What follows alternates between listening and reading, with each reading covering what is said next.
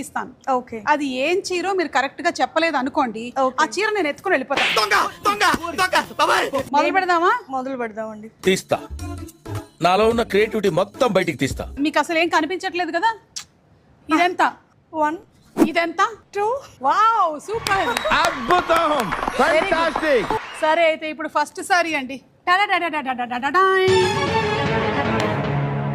చెప్పండి ఇది ఏం సారీనో ఒకసారి ఫీల్ అయ్యి చెప్పండి.